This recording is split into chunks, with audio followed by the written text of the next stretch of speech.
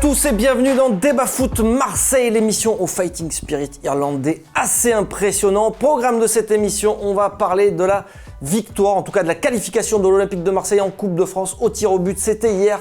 On parlera également du calendrier de l'Olympique de Marseille, un calendrier décisif, d'une polémique sur une recette. Et puis, on parlera également de Valère Germain, du Mercato, de Thauvin, de plein de choses dans cette émission. Et oui, on en parlera avec qui ? Avec Jean-Charles qui est avec nous. Salut Benjamin. Ça va Jean-Charles ? Ça va très bien. Je tenais à souhaiter mes meilleurs vœux à tous ceux qui nous supportent et qui nous regardent. Bonne année 2020 à tous et bonne santé surtout. Thierry est avec nous. Bonjour Benjamin, oui ça va très bien et meilleurs vœux à toute la famille olympienne. Et Nico est avec nous. Bonjour à toutes et à tous et merci de nous supporter parce que c'est pas toujours facile.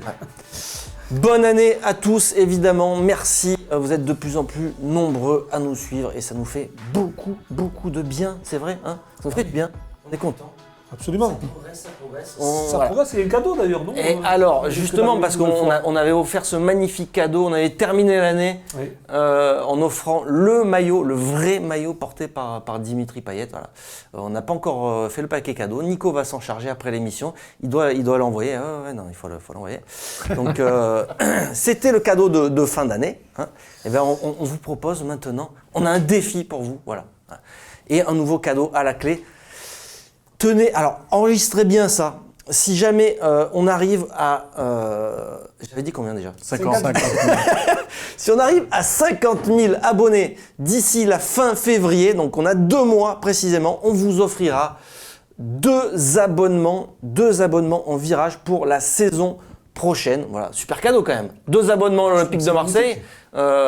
Joli cadeau. Ah ouais, comme ça, on n'en offre pas qu'un. Parce qu'on y va rarement seul, tu vois. Difficile. Donc 2 abonnements. Parce que ça se Comme partage. tu es généreux, c'est 2. Eh oui, c'est gros cadeau parce que c'est gros challenge. Ah ben Parce absolument. qu'on est à On fait 32 confiance à nos abonnés. 32 300, ça veut dire que si chacun d'entre vous demande à un ami de s'abonner, on va tout péter et si ça se trouve même avant la fin février, si jamais ça pète avant, on l'offre avant. Hein. Absolument. Et, on en a d'autres derrière. Ouais, on l'offre avant. En même temps, c'est pour la saison prochaine. Oui, mais c'est pour la saison prochaine, c'est vrai. Moi, je voulais offrir une voiture. Le comptable, il a appelé, il a dit. Nico n'a pas voulu. Non, c'est Nico qui n'a pas voulu dire. C'est pas écolo, mais moi, j'offrais une voiture Tu as celle de Belsa. électrique. Je voulais offrir une voiture C'est électrique. une voiture électrique Bill Gates ou pas ? Mais ça sera peut-être pour les 100 000 abonnés. Peut-être une voiture électrique, ça peut être sympa aussi. Ouais. Je vais jouer par contre. C'est des voitures électriques radiocommandées, il faut préciser quand même. Alors par contre, si on n'arrive pas aux 50 000, il y aura un cadeau de compensation, ça sera un pack OM Nation. Alors, faut y aller les gars, hein, parce que dans le pack OM Nation, il n'y a pas grand-chose. Hein. Il y a un porte-clés. C'est sympa. Allez, on compte sur vous et puis on va passer au décrassage, c'est tout de suite. Le décrassage de cette qualification de l'Olympique de Marseille face à Trélissac, c'était hier soir, 32e de finale de la Coupe de France. Marseille passe à l'arrache, mais ça passe. Qu'est-ce que tu retiens de ce match, Thierry ? La qualification. Et puis c'est tout juste ça la maîtrise de la séance de tir au but et qu'on n'a pas de marge parce qu'avec 4 titulaires en moins, c'est de suite on a pu le niveau de... Ouais, mais attends, on parle quand même d'une équipe de nationale. Oui, puis après il y a aussi même avec du banc, c'est pas de banc, on est censé avoir de la marge quand même. Tu te tires déjà dans une balle dans le pied, au bout de 20 secondes, tu prends un but et ça change la physionomie du match. Vaut mieux le prendre à la première minute qu'à la 90e. On dit toujours ça. Oui, mais bon, après, contre des amateurs, je pense que si on n'avait pas pris ce but à la 20e seconde, je pense que le match aurait été tout autre. Donc, on retiendra la qualification. C'est toujours compliqué, les premiers matchs. Maintenant, on est qualifié, tant mieux. Ouais, c'est vrai que ces matchs de Coupe de France qui arrivent comme ça, souvent Marseille s'est fait surprendre en plus ces dernières années. Mais oui, souvent Marseille, mais beaucoup d'autres clubs aussi qui se font surprendre. Hein. C'est le charme de la Coupe de France en fait. Ouais. Enfin, c'est le charme quand tu te fais sortir. Non, mais c'est le charme de la Coupe de France. C'est pour ça qu'il y a autant de charme. Quand ça arrive aux autres. Quand ça arrive aux autres. Mais je trouve que c'est beau aussi d'avoir des équipes qui luttent face à la Ligue 1, la Ligue 2, de savoir que même si ça a été compliqué pour nous, c'est un match de reprise. Avec des blessures, des suspendus, donc on a vu sur un terrain totalement différent, avec une ambiance différente, un match de reprise, très peu de jours de repos. retrouver la condition physique face à des joueurs qui sont surmotivés.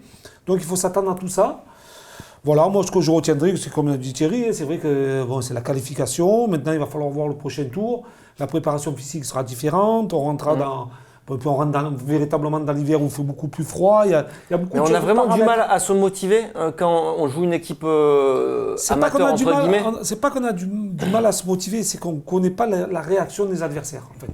Comment ils vont aborder cette rencontre, comment ça va être dans l'engagement, dans leur préparation. Ils ont tout à gagner. Ouais. Absolument rien à perdre. Tout à gagner, c'est ça la Coupe de France. Donc voilà, on joue contre une équipe inconnue quasiment. On ne connaît pas leurs points forts, leurs points faibles, même s'ils ont dû aller voir quelques matchs à l'Olympique de Marseille. Mais voilà, quand on joue contre une L1, une L2, on connaît les caractéristiques, on connaît les adversaires, on connaît plus de choses. Et je ne dirais pas que c'est plus facile, mais on sait à quoi s'attendre. Là, c'est la coupe. Donc voilà, on improvise tout. On improvise. Façon de parler, on s'aperçoit de beaucoup de choses qu'on n'a peut-être pas vues dans le championnat de France et qu'on se rend compte qu'il y a peut-être de bons joueurs aussi en face qui mettent une autre volonté, une autre envie et qui rentrent dedans et qui par moments, ça dérange les clubs professionnels. Nico, tu as vu un très mauvais visage de l'Olympique de Marseille ou pas si mauvais ça finalement? Parce que moi j'ai quand même vu des commentaires assez durs et virulents sur l'Olympique de Marseille. Alors certes, je me suis un peu endormi pendant la deuxième mi-temps. Enfin, un peu. J'étais en digestion du tiramisu. C'est pour ça que tu as été calme. Ouais. J'ai mangé un tiramisu qui a vraiment pesé. Et deuxième mi-temps, j'ai vraiment dormi. Je crois que tu as un gros problème avec les tiramisu. Il faudra qu'on en parle. C'est pas très professionnel, je l'avoue, mais voilà, ça m'arrive rarement. Mais souvent, c'est les matchs de Coupe de France. En même temps, j'ai envie de te dire, tu n'as pas raté grand-chose parce que, effectivement, moi je trouve qu'on ne peut pas non plus les dézinguer complètement parce que, déjà, comme l'expliquait Jean-Charles, c'est un match de reprise. Première mi-temps, ce match-là, il est toujours choses. compliqué. Et première mi-temps, moi j'ai trouvé que c'était plutôt pas mal. Ouais. C'est sûr que tu prends un but au bout de 20 secondes, donc forcément, c'est difficile de te lancer dans ce match-là. À l'image, moi, Pardon, Nico, c'est pas que tu te mets à douter. Il a raison de ce qu'il dit parce que juste. De lancer la machine. C'est que les adversaires, quand tu marques rapidement comme ça, ils sont euphoriques. Autre que surmotivés sur cette rencontre. Ils croyaient pas avant le match et là, au bout de 20 secondes, ils commencent à y croire. Donc forcément, ça t'arrange pas. Rongier, on l'a pas vu pendant 20 minutes, le temps aussi que lui rentre dans le match, etc. Mais au-delà de ça, moi, par exemple, Payet, il fait une première mi-temps. Ouais. Au-dessus du lot. Il met une belle frappe, il marque le but, il fait quasiment 2 passes clés qui amènent sur des frappes. Payet, Lopez est hyper remuant, il propose des solutions. Tu subis quelques occasions, mais tu en as quand même beaucoup. Il y a un but qui est refusé alors qu'il aurait pu être validé. Fin de la première mi-temps, il y a Menchaïta juste avant la pause. Tu peux, et là, si tu as 3-1 à la mi-temps, c'est pas un scandale non plus. Et après, tu gères ça tranquillement. Là, tu te retrouves à 1 partout, tu doutes. Deuxième mi-temps, ils ont du mal à rentrer dans ce match-là. Ça traîne, tu prends ce carton rouge, tu te dis, oh là là, là on est mal. Et finalement, moi, je trouve que les occasions pour Tréissac, elles n'ont plus vraiment existé. Tu as géré cette fin de match tranquillement. Et la séance de tir au but, finalement, tu étais assez confiant parce que autant il est bidon au pied, notre ami Pelé, autant sur les pénaltys, il est quand même impressionnant. Et du coup, moi je trouve que tu as géré ce match-là, y compris la séance de tir au but, parfaitement. Et tu es qualifié. Et ce match-là, vraiment, ce qui compte, c'est la qualification. Parce que autant il y a eu des matchs de coupe où tu te disais, bon là c'est bon, le match on va le perdre. Franchement on va le perdre, vu la tournure, vu comment ça joue, on va se prendre un but de casquette, tu vas le perdre. Là moi j'ai jamais eu, dès que je me suis réveillé, j'ai jamais en fait douté et je voyais même sur les visages des joueurs, tu ressentais qu'il y avait une certaine sérénité, que ça allait passer. Oui, c'était pas un stress. Non, c'était pas catastrophique non plus. C'est vrai que quand tu luttes, que comme ça tu vas au tir au but, tu te dis oh là là, c'est vrai qu'une première division face à une nationale 2, c'est pas normal qu'on puisse aller au tir au but. Mais c'est ça, c'est ça. On regarde toutes les autres rencontres qu'il y a pu avoir en Coupe de France.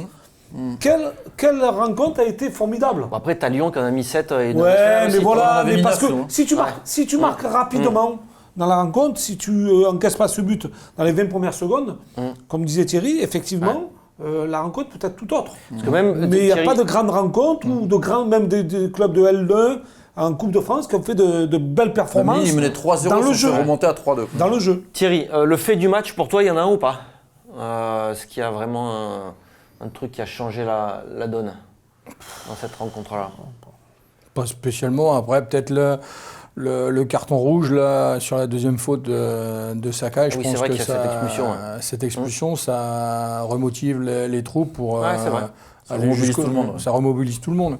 Et je pense que derrière, on avec de la sérénité, on va jusqu'au tir au but et on se qualifie logiquement. Nico. Et avec un Kawi qui a joué quand même latéral gauche. C'est vrai. Non, pour moi, c'est le but refusé là, de Benedetto. Alors, je ne sais pas pour parler encore d'une erreur d'arbitrage, mais pour moi, c'est un but valable parce que le gardien ne maîtrise pas le ballon. Et ça résume un peu cette première mi-temps où ils auraient dû en marquer au moins 2. Et c'est un tout autre match. Tu gagnes le match 3-4-1. Et il n'y a pas tout ce discours à dire ils ont raté leur entrée. Moi, je ne suis pas inquiet par rapport au match de Rennes qui va arriver. C'est un match de reprise. Ils sont qualifiés, c'est le plus important. Le seul défaut pour moi, c'est la suspension de Sakai et le fait que tu aies joué des prolongations. Un autre fait de match. Sinon, on passe à Men and Merguez. Men and Merguez of the match. T'as un man of the match ou pas, toi? Je pense qu'à venir dire Payet parce que bon. Ouais, superbe but. Ouais, voilà, déjà geste, la qualité technique, c'est un superbe but. Après, c'est un joueur qui confirme une nouvelle fois qu'il est bien reparti sur de bonnes bases. Voilà, même si c'est 45 ou 60 minutes où il joue à un niveau largement supérieur, mais on retrouve quand même le Payet dans le début de saison. Qui reprend toutes ces déjà, ça c'est une bonne chose de voir qu'il a déjà ce niveau-là. C'est encourageant pour l'équipe surtout, et pour lui. Man of the match. Pour changer, parce qu'il a dit Dimitri, je mettrais quand même Rongier, même s'il a mis un quart d'heure à rentrer dans le match. Moi aussi, c'est un peu mon choix. Et il est toujours là, quoi. Il redémarre l'année comme il a fini l'année dernière, quoi. C'est lui qui fait la passe D pour Payet. Maître dans ce milieu de terrain. Tu as un autre man of the match? J'en ai un autre. Parce que moi, Rongier, je l'ai trouvé bon comme d'habitude, mais un peu décevant. Il a perdu quelques ballons. D'ailleurs, le deuxième carton jaune de Sakai, c'est une passe ratée de Rongier. Et sur 2-3 actions, ça m'a choqué parce qu'il ne le fait jamais d'habitude. Je l'ai vu s'arrêter sur des replis défensifs. On sentait que c'était un match de reprise pour lui aussi. Je l'ai trouvé bon globalement. Pourtant, il fait une grosse fin de match, je trouve. Non, il fait une grosse fin de match. Mais je trouve qu'il avait vraiment été diesel sur ce match-là. Et je trouvais qu'il n'était pas totalement dedans au début. Donc, je préfère moi le donner à un joueur que je trouve vraiment intéressant et dont on parle peu, c'est Chay Tatsar. J'ai trouvé encore très solide derrière. Alors l'opposition n'était pas dingue, on va pas se leurrer, ils n'ont pas eu beaucoup d'occasions. Oui, mais il fait son match. Mais c'est des matchs compliqués parce que tu n'as pas beaucoup de choses à faire. Il les a fait proprement. Dans les relances, il s'applique.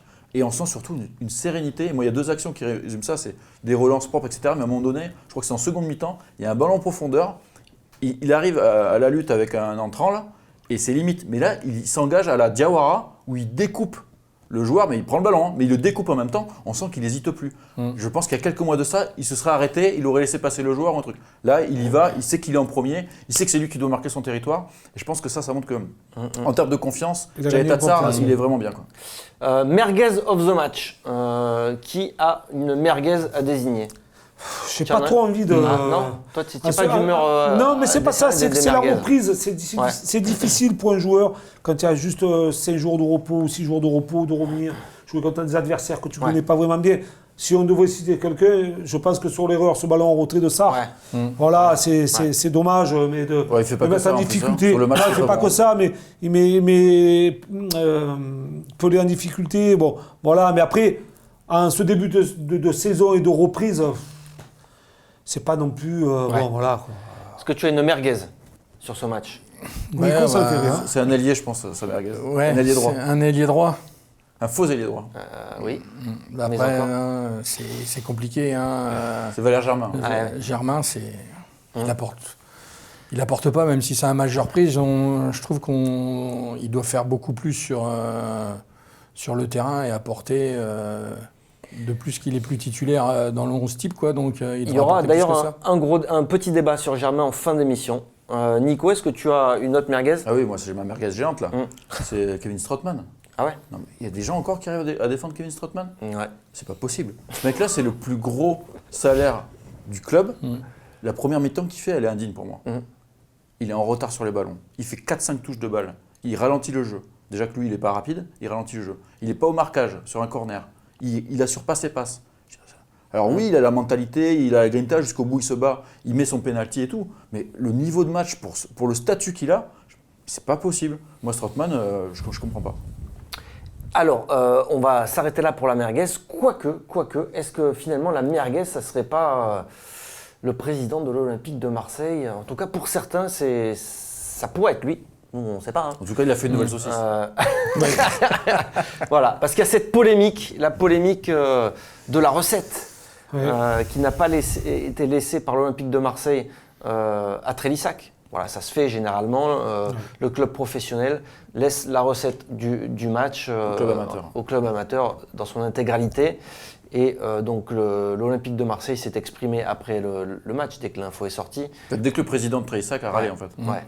En expliquant que voilà, c'était en grande partie grâce à l'Olympique de Marseille que le stade était plein, que les tarifs des places étaient élevés, que les frais de déplacement étaient élevés aussi, 65 000 €, c'est le club qui sort les chiffres. Et que l'OM donnait de l'argent au club amateur de la région. Que l'OM était un des clubs qui donnait le plus même au club amateur.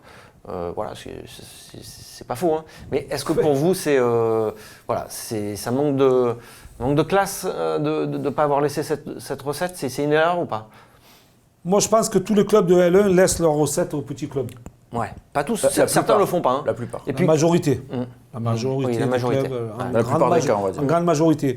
Moi, après, c'est surtout le discours de derrière qui m'a pas trop plu. En fait, en disant que c'est grâce à l'OM qu'il y avait autant de monde dans le stade, qu'il y avait quasiment que des Olympiens, que ça leur a coûté 70 000 € le déplacement. Mais encaisse ces 70 000 € et laisse la recette. En fait, moi, je me rappelle d'un match, Thierry va certainement s'en rappeler, c'est l'année où on est en D2, où on fait le dernier match ici face à Montpellier en championnat. Louis Nicolin savait que le club de l'Olympique de Marseille avait des difficultés financières. Avec les minots, à l'époque, on avait repris. Il a laissé la recette. Il montait en première division, il a laissé la recette au club. Je veux dire, bon, après, c'est une image que tu donnes. Voilà, après avoir un discours et raconter pourquoi tu la laisses pas. Bon, à la rigueur, donne pas d'excuses, quoi. Voilà. Donne pas d'explication. Voilà. Mais sinon, parce que là, on parle en fait d'une recette globale de 400 000 € et la part de l'Olympique de Marseille s'est levée aux environs 148 000. 148 000. Voilà, 148 000 €.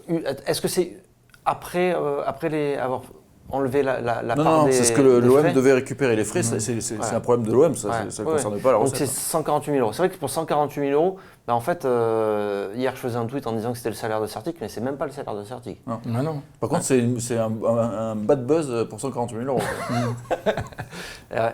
Mais c'est une erreur pour toi, Nico, ou pas? Grosse erreur. C'est une erreur. En fait, une erreur de la communication, surtout. À la base, ils ne sont pas obligés de la rendre. Mais disons que ça se fait. Et c'est juste une question d'élégance. Attends, tu sais en plus que ça va sortir. Hein. Non, mais bien sûr. Bah oui. Non, mais concrètement, tu n'es pas obligé de le faire. Non. Il n'y a pas d'obligation. C'est le club, ça se fait. Et c'est une question d'élégance. Et ça paraît logique qu'un club de 100 millions d'euros de budget laisse 140 000 € à un club qui a 1 million d'euros de budget. Ça paraît logique. Alors après, il y a les justifications de Jacques-Henri Hérault. Alors on voit que ça rebondit un petit peu là en ce moment. J'ai vu quelques tweets avant qu'on tourne l'émission. Il y a le président de Bergerac, qui était le club qu'affrontait Treissac au tour d'avant, qui dit qu'eux, ils n'avaient pas laissé non plus la recette au tour d'avant. Mais bon, c'est deux clubs amateurs, on ne peut pas comparer. Treissac a refait un communiqué et entretient la machine en disant allez, on arrête. Ce que vous faites, c'est que vous versez cet argent au district et on n'en parle plus. Quoi. Bon, là, ça devient ridicule de partout. Mais bon, le fait est que clairement, l'OM manque d'élégance et j'ai envie de dire, c'est pas la première fois que Jacques-Henri Hérault manque d'élégance. Allez, messieurs, on va refermer cette... Attends. Oui, vas-y. Petite précision sur ce thème-là. Notre ami Mourad, qui est en Ukraine, bloqué. Il est bloqué en Ukraine, a sorti un petit article sur l'histoire de ce que donne justement l'OM au club de la région. Amateur. Un article à lire sur Football Club de Marseille. Football Club de Marseille. Donc je vous invite à aller sur le site. Vous allez voir que ce n'est pas 5 000 €. Ça peut aller jusqu'à 15 000 et Mourad l'explique très bien. Voilà, une information Football Club de Marseille. Une de plus. Une de plus, et ouais, une de plus. On n'en sort pas 150 millions par semaine. Ouais, mais on essaie de sort les vérités. Mais elles sont non, toujours, mais c'est important. C'est important. Elles sont toujours, elles se vérifient toujours en tout cas. Ouais. Voilà. Très souvent. Allez, on passe tout de suite au calendrier maintenant d'Olympique de Marseille. Ça va être le gros débat. Est-ce que ce petit match de l'OM, cette petite qualification est inquiétante pour la suite parce que quand on va regarder le calendrier, c'est un calendrier assez costaud sur le mois à venir. Allez, c'est tout de suite, c'est le gros débat. Le calendrier qui va se charger pour l'Olympique de Marseille, un calendrier même décisif très certainement pour les hommes de Villas-Boas. On va s'en apercevoir ensemble en regardant ce fameux calendrier. que l'Olympique de Marseille va d'abord aller à Rennes avant un match de Coupe de France. Donc l'adversaire n'a pas encore été désigné. On le saura ce soir lors du tirage au sort. Ensuite, réception d'Angers, déplacement à Bordeaux, déplacement à Saint-Etienne, OM Toulouse et Lille OM. Voilà, tout ça en un mois. Ça, c'est jusqu'à mi-février, ça. C'est jusqu'à mi-février. Est-ce que vous voyez, quand vous voyez le match de reprise de l'Olympique de Marseille et directement ce déplacement à Rennes, est-ce que vous êtes un petit peu inquiet ou pas du tout? Moi, je ne suis pas plus inquiet que ça. Non. Sincèrement, même en voyant le tableau. Non. Ah ouais. Non, je pense qu'ils peuvent se dire pareil, les adversaires. Hein, oui, ça oui. De recevoir l'Olympique Marseille qui est second. Aujourd'hui, on est quand même en position de force. Je veux dire, si on veut se faire respecter, si on veut jouer le podium, eh bien, il va falloir aller jouer ces équipes-là avec une certaine volonté, une certaine je veux dire, régularité aussi. Donc, moi, je pense qu'on est plus en position de force qu'en faiblesse face à ces équipes. Donc, et puis bon, on joue quand même toutes les semaines, on ne joue pas non plus tous les 3 jours. Non, bien sûr. Donc il y a de la récupération, les joueurs pourront bien se faire masser, la récupération, il aura peut-être le temps aussi de faire tourner sur 1 ou 2 matchs, que ce soit en Coupe de France ou face à Toulouse. Donc voilà.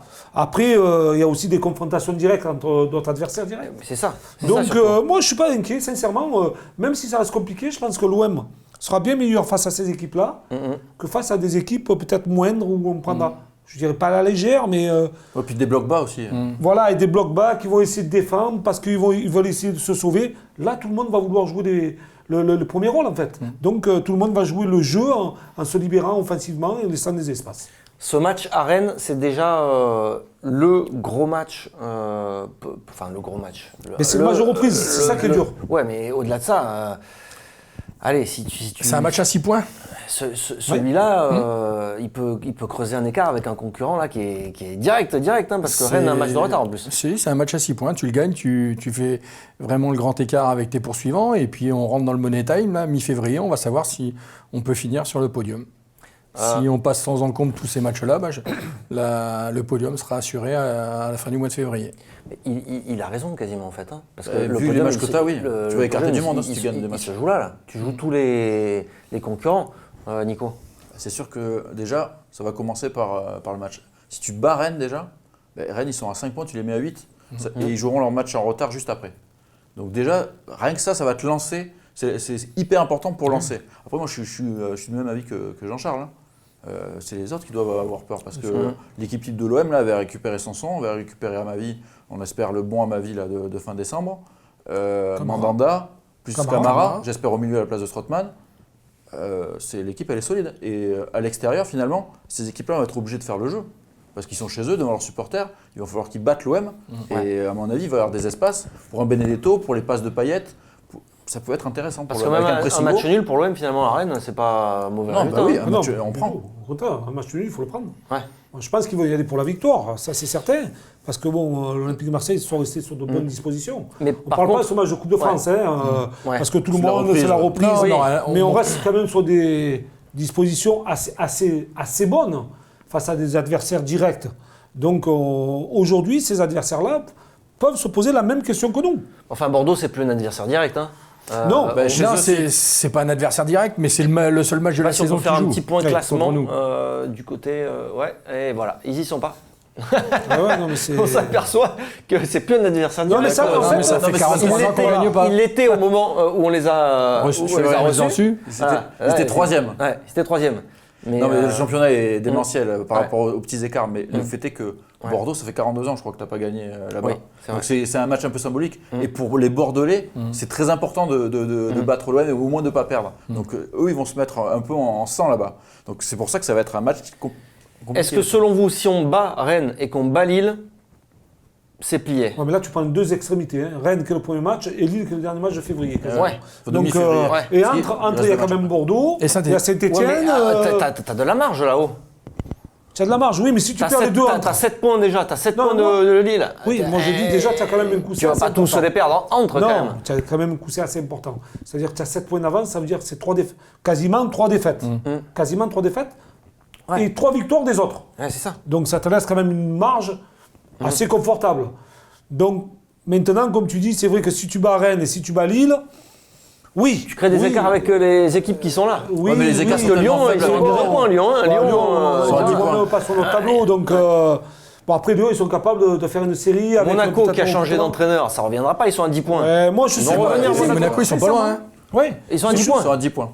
Je ne suis pas plus inquiet que ça, quand même. Sincèrement, je pense que cette équipe olympienne, cette année, me rend confiant, en fait.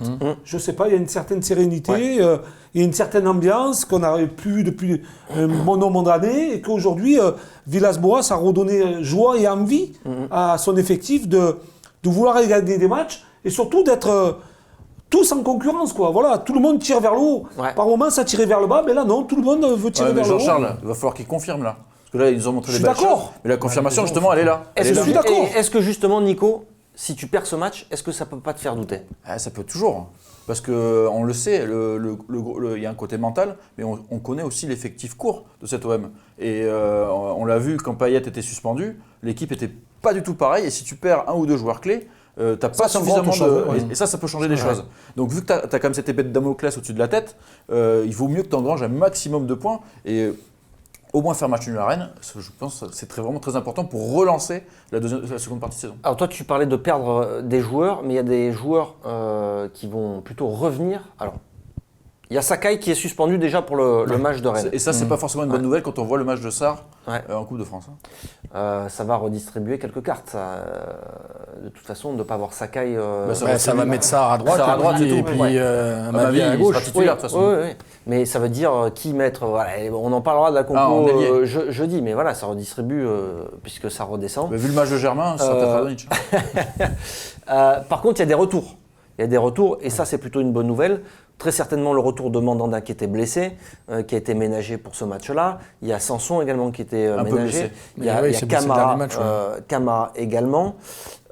Et puis, qu'est-ce qu'il y a d'autre comme retour et Amavi qui revient aussi. Voilà, donc l'Olympique de Marseille va retrouver plus ou moins son équipe type. Et puis on a appris cette semaine que Florian Thauvin avait repris petit à petit, alors c'est pas vraiment la course. Non, il a repris le tapis. Il a repris le tapis. Memphis Depay a repris le tapis. Il en a pour 5 mois et demi encore, donc ça veut rien dire. Oui, voilà. C'est ce que il a raison, Nico, de signaler ça, parce que c'est pas de reprendre la course. Non. Ça veut dire on va reprendre le jeu, le championnat assez rapidement. Il teste ses sensations petit à petit. Oui, mais tester et à la moindre douleur, ça peut se calmer rapidement. Je touche du bois pour lui, parce que franchement, on en a besoin. Florian Thauvin, ça a été... on a besoin de voilà. Mais certes, on n'avait pas dit de bêtises aussi, parce qu'on avait signalé que Florian Thauvin aurait certainement du retard. Malheureusement pour lui, c'est dommageable pour l'équipe aussi et pour lui. Je pense que pas avant fin février, début mars, quoi. Puis c'est l'OM qui a annoncé ça aussi. Et donc, en plus, Jean-Charles, on sait que c'est un problème de cheville. C'est vraiment une question de sensation. C'est un truc qui est impalpable. Donc même les médecins, ils peuvent prendre plus de risques. Ils peuvent prendre plus de risques. Ça va pas venir tout de suite. André Villas-Boas, lui, a expliqué qu'il comptait éventuellement qu'il espérait qu'il puisse retrouver la course réelle à la fin du mois. À la fin du mois. Et donc un retour, s'il n'y a pas d'embûche. Et donc un retour dans le groupe éventuellement mi-février. Donc il arriverait pour après ces matchs-là. Ça veut dire quoi ? Il faut faire une préparation. Ça veut dire qu'il ne sera pas vraiment apte à la compétition avant le mois de mars. Et dans le rythme. Initialement, c'était quoi ? On avait parlé d'un retour en janvier. Bon, donc il y a le communiqué officiel du club était qu'il allait reprendre. Au début janvier, même pendant la trêve. Donc, d'où l'intérêt de ce petit mercato là quand même. Et justement, c'est ce que je me dis. Tu te dis, tu vas le retrouver au mois de mars. Et que tu as tous les matchs importants. Et les matchs importants, ils sont là. Comme il vient de dire, si on ne va pas citer de nom, un joueur venait à se blesser, une pièce maîtresse venait à se blesser, ou une suspension, comment on ferait ? Donc est-ce que l'OM va prévoir tout ça en se disant que là, qu'ils sont positionnés à la deuxième place et que peut-être de faire l'effort financièrement sous un joueur qui serait capable, en cas de blessure, de se positionner peut-être en tant que leader aussi dans cette équipe ? Voilà, ça c'est une gestion en interne. Vous pensez que c'est nécessaire, qu'il faut vraiment anticiper ou pas Moi, je mettrais tous les atouts de mon côté. On est deuxième. Ah oui. Je ferai comme dit Jean-Charles. Je ferai les efforts financiers pour finir à cette deuxième place et ne pas tout hypothéquer en finissant pas sur le podium à la fin de la saison parce qu'on n'aurait pas voulu faire des économies de bout de chandelle, quoi. T'es d'accord, toi, Nico, ou tu te dis qu'on a fait sans lui de toute façon jusqu'à présent, il n'y a pas de raison que. Non, parce que je pense que ça va avoir des limites. Ou alors, il faudrait que Radonjic flambe tout de suite, là. Parce qu'il reste encore quelques matchs en janvier pour prendre une décision. Radonjic, il flambe. Il t'a mis 4 buts importants quand même. D'accord, mais là, on connaît aussi ses limites. C'est un mangeur de ballon, tu ne vas pas retourner ta veste. J'ai toujours dit que ce joueur, il ferait jamais rien. Tu peux avoir des méformes, tu peux avoir des blessures, non, mais tu peux avoir des suspensions. Il faut quand même avoir là l'équipe type, je pense qu'il a dans sa tête. Déjà, ça va être un bon test de voir est-ce qu'il va mettre Camara en 6 face à Rennes. Dans les gros matchs, il l'a mis. Il y a ça, il y a ce poste d'ailier. Effectivement, on se dit qu'au mercato d'hiver, tu ne veux pas faire des affaires de dingue, mais tu peux faire des prêts. Tu as des joueurs dans des grands clubs qui ont besoin de jouer pour l'Euro. Alors, exemple Giroud, c'est pas ce profil-là dont je parle, mais exemple des joueurs comme ça, même si tu ne le gardes pas au-delà de 6 mois, ton objectif c'est de terminer sur le podium et prendre l'argent de la Ligue des Champions. Donc, essaye de trouver un ailier. Moi, l'idéal, ça serait un attaquant polyvalent qui peut jouer ailier droit et attaquant de pointe. Comme ça, tu doubles vraiment Benedetto parce que Germain, on sait très bien qu'il peut pas jouer seul en pointe et tu as un vrai ailier. Je pense que chercher quelque chose comme ça en prêt, juste en prenant le salaire, c'est quand même un petit risque qui peut rapporter gros, quoi.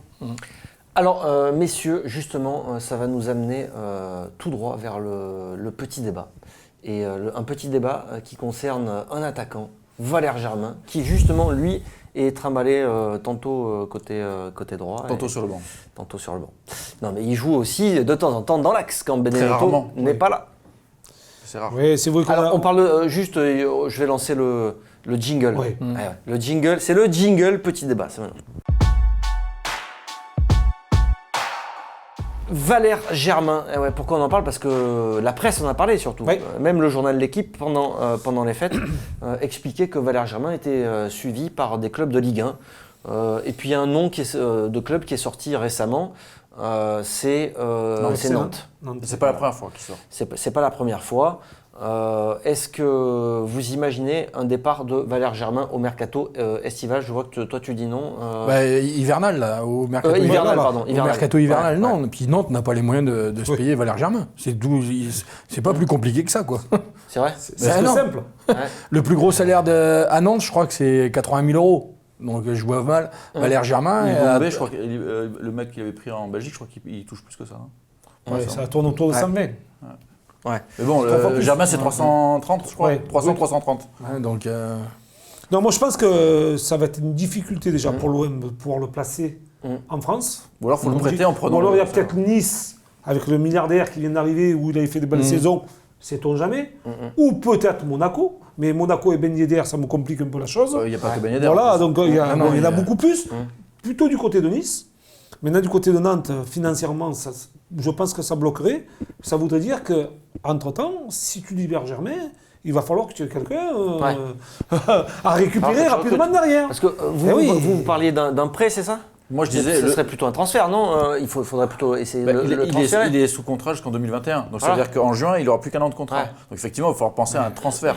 Après, c'est trop compliqué. Si financièrement, c'est pas possible, le seul truc, c'est un prêt en prenant en charge une partie du salaire. Si toi, tu veux. Mais quel est l'intérêt d'amener un nouveau profil. Si les mecs ils mettent que 100 000 et que toi tu te remets à 200. payer, non, mais 230 derrière, tu peux négocier qu'ils mettent 150, tu mets 150 et toi tu prends un mec avec un autre profil. C'est possible, c'est en Ligue 1 qui mettent non, tu peux peut-être mettre 150 sur une demi-saison. Oui. Et après dire à Germain si ça se passe bien, on te garde et on te fera un salaire plus long. Mais il y a l'intérêt dans cette configuration pour l'Olympique de Marseille de laisser partir. À savoir que si ça part du côté de Nantes, ça reste quand même un concurrent direct, Nantes, parce que Nantes sont pas très loin de nous. Vas-y, classement, remets juste pour voir le classement si c'est possible, mais.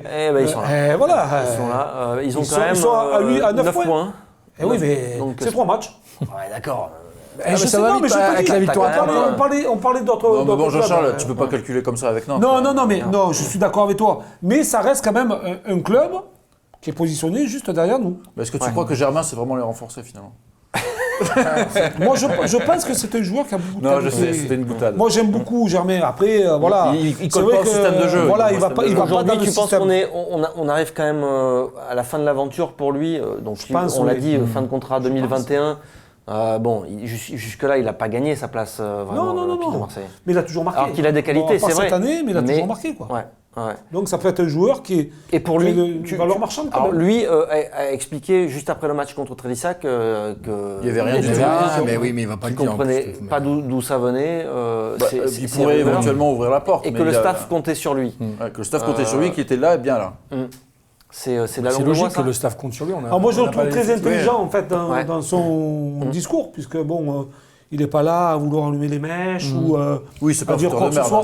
Moi je trouve que c'est un garçon qui est très sobre. Maintenant, j'espère pour lui, peut-être un peu trop aussi, j'espère pour lui par rapport à sa discussion, par rapport à son dialogue et l'entretien qu'il a avec le club aussi, de pouvoir trouver une porte de sortie. Pourquoi pas l'étranger? C'est vrai qu'on ne parle jamais de l'étranger. C'est bizarre pour ce joueur-là. Quand même de pas il a un profil particulier. Est-ce qu'il apporte encore quelque chose, Valère Germain, à l'Olympique de Marseille?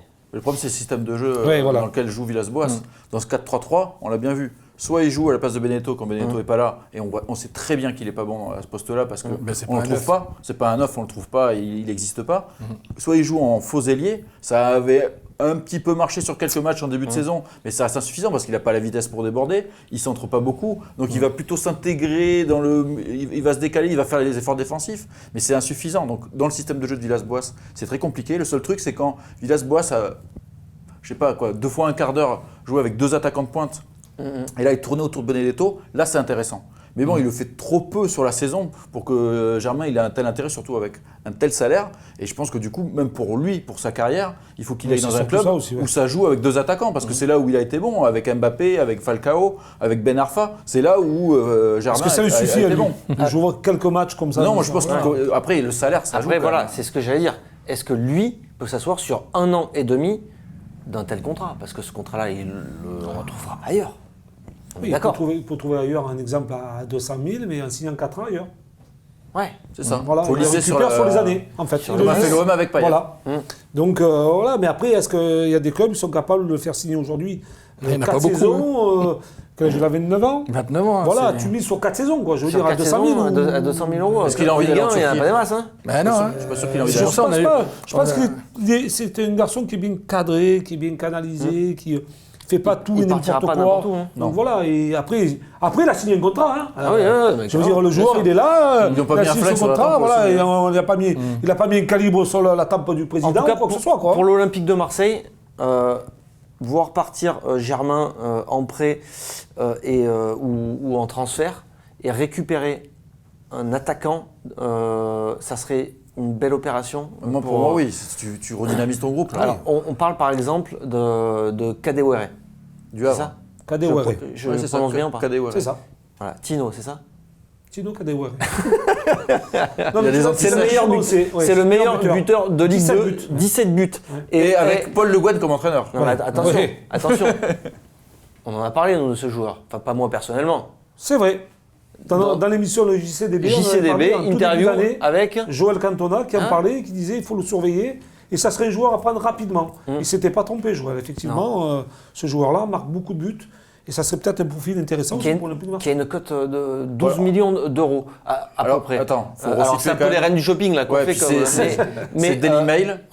Non mais d'accord. Mais est-ce que ça, typiquement, ce genre de transaction-là, prendre un jeune joueur. Alors, il n'est pas tout jeune non plus, il a 24 ans. Oui, bon, ça reste jeune, arrête. Ouais, c'est pas. Ouais, enfin bon, c'est pas. Mais est-ce que ça 40 serait ans, une bonne opération? On ne le sait jamais quand on l'a fait. Mais en tout cas, miser sur le papier, sur le profil. Ça te plairait, toi, de voir débarquer un jeune joueur prometteur de Ligue 2 qui plante un peu débute en Ligue 2? Vu la situation 17 buts, c'est pas rien. Oui, non, mais vu la situation du club, à mon avis, c'est déjà plus dans nos finances, quoi.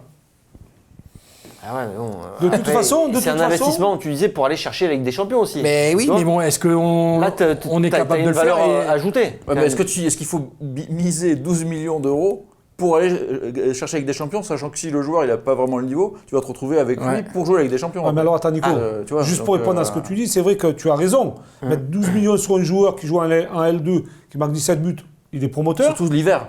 Oui. L'été, je dis pas, mais l'hiver. Mais après, tu as quoi? Après, tu as Cavani. Hein. non, mais voilà. Non, mais tu as un écart énorme. Si tu prends un joueur confirmé de 28-29 ans, il va te coûter combien? Au niveau du salaire, au niveau du transfert? Là, tu pourras pas l'avoir. Si tu veux prendre un top. Nous, on sera obligés de taper. Ou alors dans un prêt. Dans un prêt, moi, la seule. Je sens que tu vas taper haut. Je sais pas pourquoi je sens que tu vas taper très haut. La seule possibilité qui serait très complémentaire avec Benedetto, c'est Giroud. Ouais. Oui, mais tu joues pas c'est combien de salaire?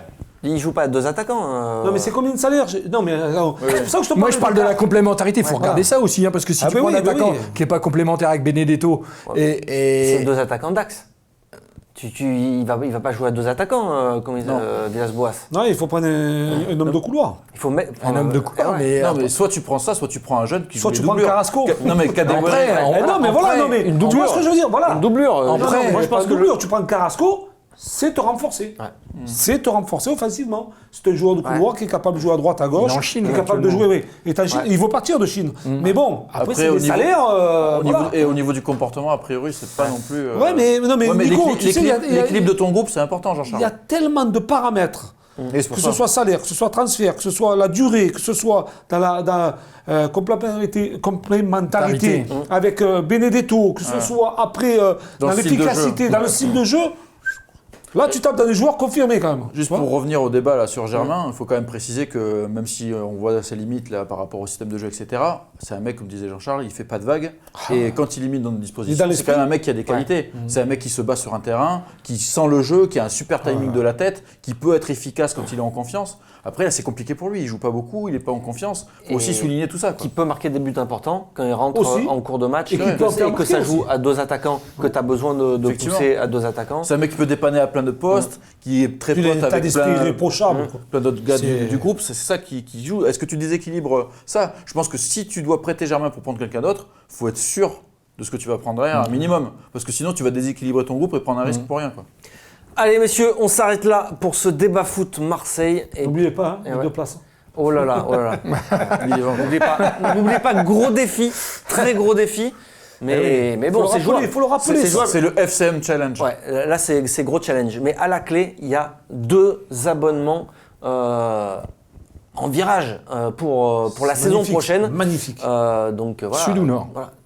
On ne sait pas encore, on verra, peut-être au choix. Au niveau ambiance au niveau ambiance, on ne va pas faire de discrimination. Soit nord... C'est parfait des 2 côtés, nous on est arrangeant, tu vois. Moi personnellement, qui n'ai pas la langue de bois, nord-bas, c'est pas parfait quand même. Alors, comment on fait?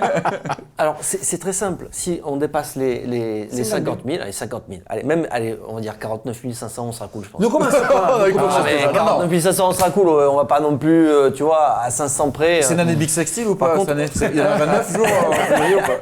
Par contre, c'est fin février. Donc fin février, ça veut dire qu'il faut en parler à ton voisin, à ton voisin, à ton fils, à ton fils, à tes grands-parents, ton grand-père, et pas aux robots philippins ou chinois qui vont nous faire des faux abonnés. Voilà, pas les faux, hein, nous on veut pas des faux, on veut des vrais abonnés. Hein. Mais je pense que il y a un truc, c'est que on connaît combien de personnes chacun d'entre nous? Moi j'ai qu'un ami. Voilà. T'as qu'un ami? Voilà, on a combien d'amis? Moi j'en ai quelqu'un. Toi Jean-Charles? Jean-Charles, non, on va changer le défi. Si Jean-Charles il demande à tous ses amis, je pense qu'on est à 50 000 avant la fin de la semaine.